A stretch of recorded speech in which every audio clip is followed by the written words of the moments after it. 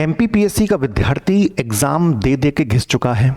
सरकार अपनी हरकतों से बाज नहीं आ रही है, परंतु ये जो एक सपना है, डिप्टी कलेक्टर हो जाने का जो सपना है, सरकारी नौकरी हासिल करने का ये जो सपना है, ये सपना जितना मजबूत पहले था उतना ही मजबूत वर्तमान में और भविष्य में भी रहने वाला है।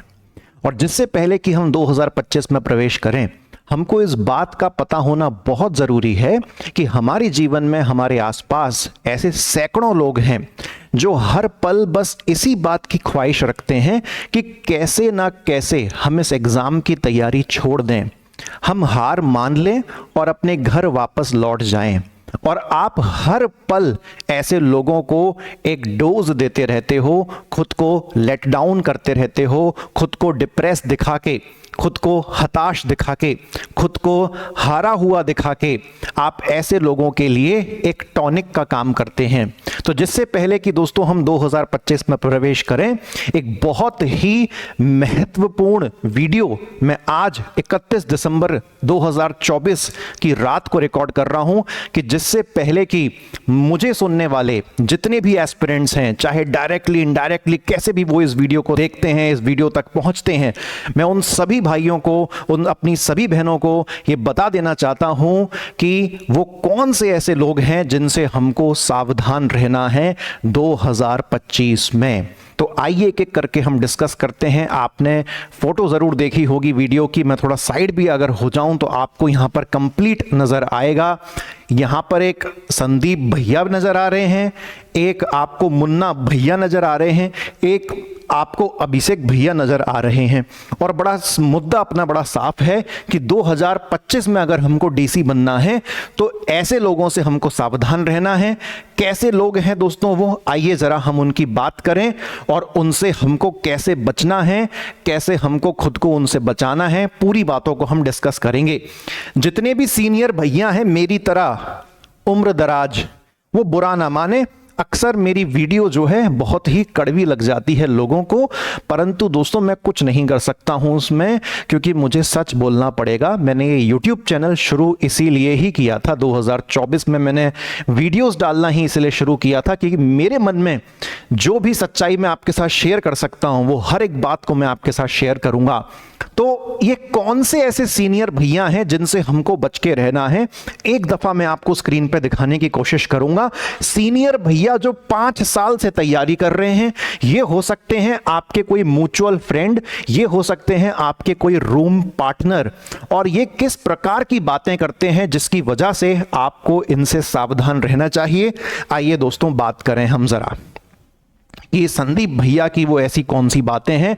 अगर कोई भैया वास्तविकता वाले संदीप भैया सुन रहे हैं तो बुरा मत मानिएगा, हमारा आपसे निजी कोई बैर नहीं है, परंतु सावधानी की अगर हम चेतावनी देने आए हैं तो वो चेतावनी पूरी ईमानदारी से देनी पड़ेगी और आप अपने जीवन में खुद समझ पाएंगे। जैसे जैसे मैं बातों को कहूंगा, जैसे जैसे मैं आपको सच्चाई बताऊंगा, आप खुद जान पाओगे कि हाँ सर, हमारे साथ भी सेम ऐसा ही हुआ है। हमारे जीवन में भी एक 5 साल पुराने संदीप भैया हैं और जितना ज्यादा ये हमको मोटिवेट करते हैं उससे कहीं ज्यादा ये हमको डिमोटिवेट कर देते हैं। और जानने की अच्छी बात क्या है, हमको पता भी नहीं चलता और हम इनकी बातों को फॉलो करते चले जाते हैं। ये 5 साल वाले संदीप भैया सबसे पहले आपको ये कहेंगे बेकार एग्जाम है, बर्बाद हो जाओगे, एग्जाम देने की कोई जरूरत नहीं है। मतलब जिस सरकारी नौकरी का सपना आप देख के आए थे वो सपने को यहीं पर पहले ही इनके स्टेटमेंट ने चकनाचूर कर दिया है। दूसरी बात संदीप भैया क्या कहते हैं, अगला प्रश्न वो आपसे पूछते हैं किस कोचिंग से तैयारी कर रहे हो, और आप जिस भी कोचिंग का नाम बता देते हो उनका अंत में एक ही रिप्लाई होता है, खैर जो भी है बेकार है।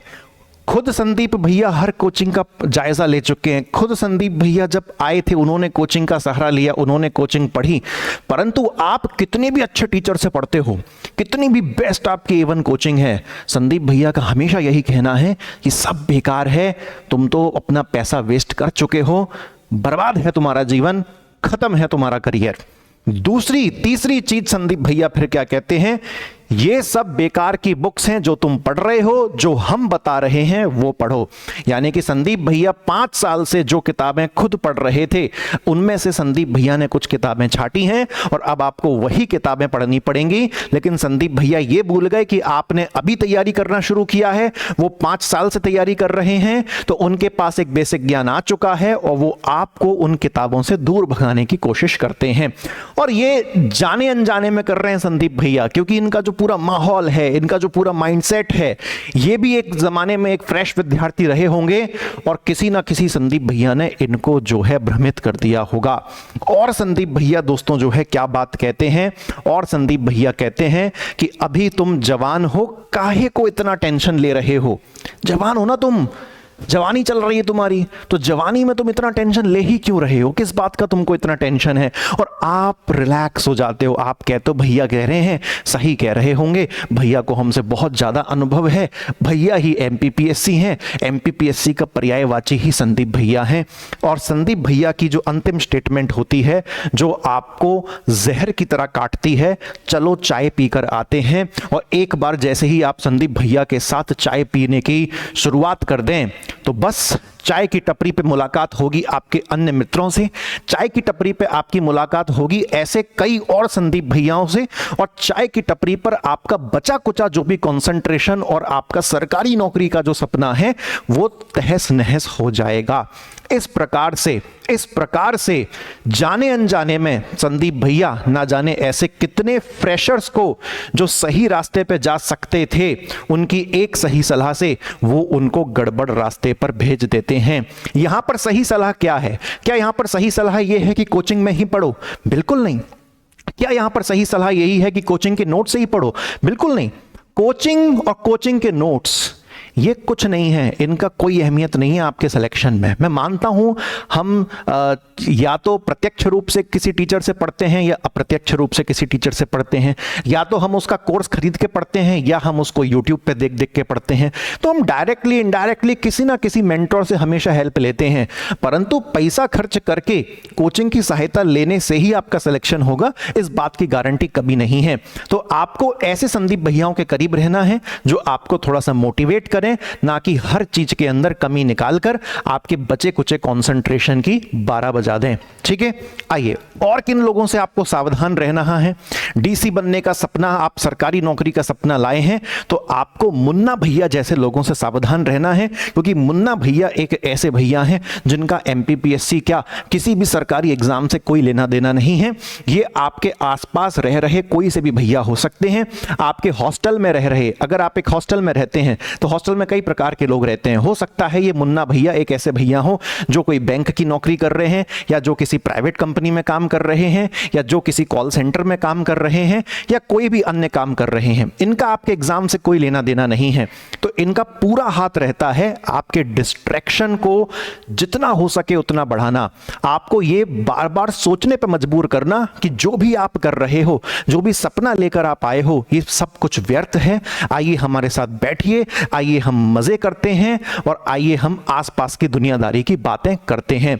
और ये आपको हर उस असामाजिक तत्व से आपकी मुलाकात करवा देंगे जो धीरे धीरे एक दीमक की तरह आपके सरकारी नौकरी के सपने को खा जाएगा और आप परेशान होते रह जाएंगे। अगली जो समस्या है, मुन्ना भैया से दूर रहना है। तीसरी जो व्यक्ति, ये दोस्तों ये बहुत खतरनाक व्यक्ति है। मैं इनको डेफिनेशन में संदीप भैया या मुन्ना भैया नहीं कहता, मैं इनको, आई होप कि आपको दिख रहा हो, मैं इनको डेफिनेशन में कहता हूं अंधभक्त। अंधभक्त सुनते ही आपको बीजेपी याद आता होगा, नहीं वो मत याद करो आप, वो तो पॉलिटिकल प्रोपेगेंडा है, हम उसकी बात नहीं कर रहे।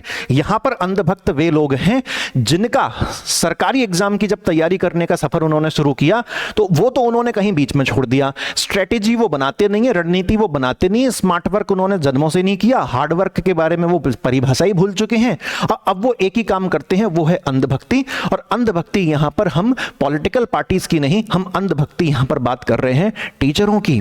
ना जाने उनको बदले में ऐसी क्या चीज मिल जाती है कि वो अपने जीवन के 3 से 4 साल जिस टीचर से वो कनेक्टेड हैं वो उसको भगवान बनाने में व्यतीत कर देते हैं। अगर उस टीचर को भगवान बनाना ही था तो उस टीचर से पढ़ के सिलेक्शन देना ये उसके लिए ज्यादा बड़ी बात हो जाती। लेकिन यहां पर ये अंधभक्त लोग क्या करते हैं, इनके जीवन का सिर्फ एक ही उद्देश्य है, और वो उद्देश्य क्या है? अपना पूरा जीवन टीचर को फेमस करने में समर्पित कर देना, उस टीचर की काट काट के रील्स बनाना, रील्स चलाना, बातें करना, कोर्स बिचवाना।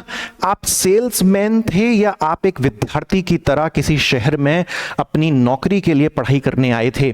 तो अगर आप दोस्तों इस रास्ते पर जा चुके हो, अगर आप कमेंट सेक्शंस में जाते हो, आप यूट्यूब खेलते रहते हो, आप एक टीचर से दूसरे टीचर की तारीफ, आलोचना, इन्हीं में बिजी हो, टीचरों का कुछ नहीं जा रहा। जो जा रहा है वो आपका जा रहा है। टीचर को अपना काम मिल रहा है, आप उसे पब्लिसिटी दे रहे हैं, चाहे कोई भी हो, ईच एंड एवरी वन। मैं खुद को तो टीचर बिल्कुल कंसिडर नहीं करता, क्योंकि एक टीचर बनने के लिए अभी मुझे बहुत ज़्यादा क्वालिफाई अपने आप को करना पड़ेगा। मैं मात्र एक ग्रेजुएशन किया हुआ एक बंदा हूं जिसको पढ़ना पढ़ाना पसंद है, दैट्स इट। तो आप तो मुझे टीचर की कैटेगरी में पहली फुर्सत में बाहर कर दीजिए। तो ये अंधभक्ति का काम आपको नहीं करना है। आप एमपीपीएससी की तैयारी करने आए हैं, आपको अपनी सरकारी नौकरी के सपने पर जो है दोस्तों ध्यान देना है। और दोस्तों आपको किससे दूर रहना है? अगर डीसी का सपना है, मेक माई ट्रिप वालों से। अब आप कहोगे सर मेक माई ट्रिप वालों का एमपीपीएससी में क्या लेना देना है? दोस्तों जब भी आप किसी नए शहर में जाते हैं, जब दूसरे जिलों से बच्चा इंदौर में पढ़ने आता है या भोपाल में पढ़ने जाता है या ग्वालियर में पढ़ने जाता है, सबसे बड़ा हब इंदौर में है और ये सबसे ज़्यादा रायता यहीं पर फैलता है। तो वो मेक माई ट्रिप का जो है एक स्पॉन्सर बन जाता है। यानी कि ये मेक माई ट्रिप वाले ये ट्रैवल गाइड होते हैं और हमेशा सिर्फ घूमने की बात इनका करना उद्देश्य रहता है। इनके अनुसार सिर्फ एक जीवन है और उसमें पूरे मजे करना जरूरी है। तो आप पढ़ाई करोगे 2 दिन, आप पढ़ाई करोगे 3 दिन, और इनका लक्ष्य बन जाएगा कि इंदौर बड़ा खूबसूरत है, आओ चलो मंदिर घूम आए।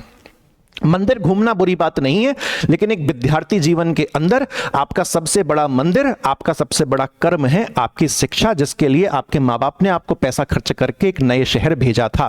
परंतु ये वो तत्व ऐसे हैं जो आपको हर घड़ी आपको घुमाएंगे, आपको ऐश करवाएंगे, आपको इधर लेके जाएंगे, ये बाइक टूर, वो बाइक टूर, ये ढाबा, ये सब्जी, ये मजे, वो मजे, मतलब आपकी बैंड बज जाएगी करियर की। सरल शब्दों में ये बात कही जा रही है यहाँ पर।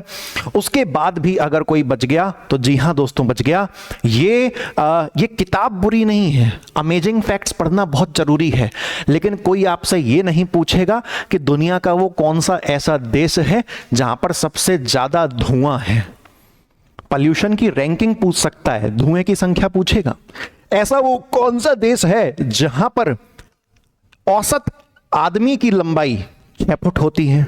ऐसा वो कौन सा देश है जहां पर एक महिला औसतन 35 की उम्र में ही शादी करती है? क्या ऐसे बेतुके सवाल एमपीपीएससी में कुछ काम के हैं? तो होगा क्या, बेतुके फैक्ट्स पूछकर ये लोग आपको डराएंगे। तो आपको ऐसे बेतुके फैक्ट से इस कंक्लूजन पर, इस निष्कर्ष पर नहीं आना है कि जहां हम पढ़ रहे हैं हमारे टीचर ने तो हमको बताया ही नहीं, या हम अगर कोई किताब पढ़ रहे हैं उसमें तो ये बात है ही नहीं। तो आप समझिए दोस्त मेरी बात, आप अगर एमपीपीएससी की तैयारी करने आए हैं तो आपके पास सिलेबस का प्रिंट आउट होना चाहिए, आपके पास कभी आपने भूले भटके प्रीवियस ईयर क्वेश्चन देख लिए होने चाहिए, और उसके अनुसार जब आप पढ़ाई करते हैं तो आपका टीचर भी आपको कई दफा समझाता बोलता ही होगा। और आपको ऐसे अमेजिंग फैक्ट्स के चक्कर में सेल्फ डाउट नहीं करना चाहिए कि क्या जो मैं कर रहा हूं वो सही है या नहीं। और फैक्ट रटने के नाम पर आपको दुनिया जहां के सारे फैक्ट्स नहीं रटने हैं।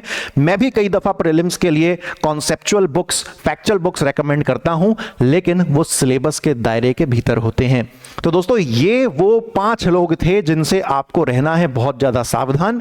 उसमें जो सबसे बड़ी संख्या थी दोस्तों वो 1st और 3rd नंबर की थी, अंधभक्ति वाले और संदीप भैया वाले, जो जाने अनजाने में आपके करियर को चौपट कर देते हैं और आपके सरकारी नौकरी के सपने को शुरू होने से पहले ही दोस्तों खत्म कर देते हैं। मैं इस वीडियो में जाने से पहले आप सभी को नव वर्ष की बहुत बहुत शुभकामनाएं देना चाहूँगा, और 2025 आपके लिए बहुत सारी खुशियां लाए। ऐसा कभी हो नहीं सकता, क्योंकि खुशियां खींच के आपको ना खुद ही लानी पड़ती हैं। खुशियां कोई हमको लाके नहीं देता है, ना समय देता है, ना भगवान देता है। वो भी सब ये कहते हैं कि खुद खींच के ले आना बेटा, और हम तुम्हारी खुशी में खुश रहेंगे। इसलिए 2025 में मेरी दुआ ये है आपसे कि आप अपनी खुशियों की गाड़ी को खुद खींचें और अपना पूरा साल पढ़ाई में इतना डूब के मग्न होकर आप पढ़िए कि जब आप पेपर देने जाते हैं तो व्यक्ति किसी से भी झूठ बोल सकता है, खुद से झूठ नहीं बोल सकता। तो जब भी आप खुद से प्रश्न पूछें तो आपके दिमाग में, आपके मन में एक ही जवाब आना चाहिए कि जी हां, मैंने काम चोरी नहीं करी, मैंने निरंतरता के साथ पढ़ाई करी, मैं किसी डिस्ट्रैक्शन में नहीं बहा, मैं सिलेबस ओरिएंटेड पढ़ता रहा, मैंने टेक्निक को कभी नहीं छोड़ा, मैंने स्मार्ट वर्क को कभी नहीं छोड़ा और मैंने अंत तक जो भी किया स्ट्रेटेजी के अनुसार किया।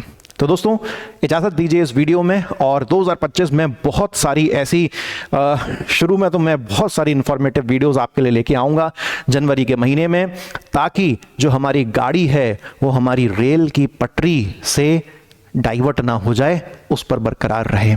जय हिंद, धन्यवाद।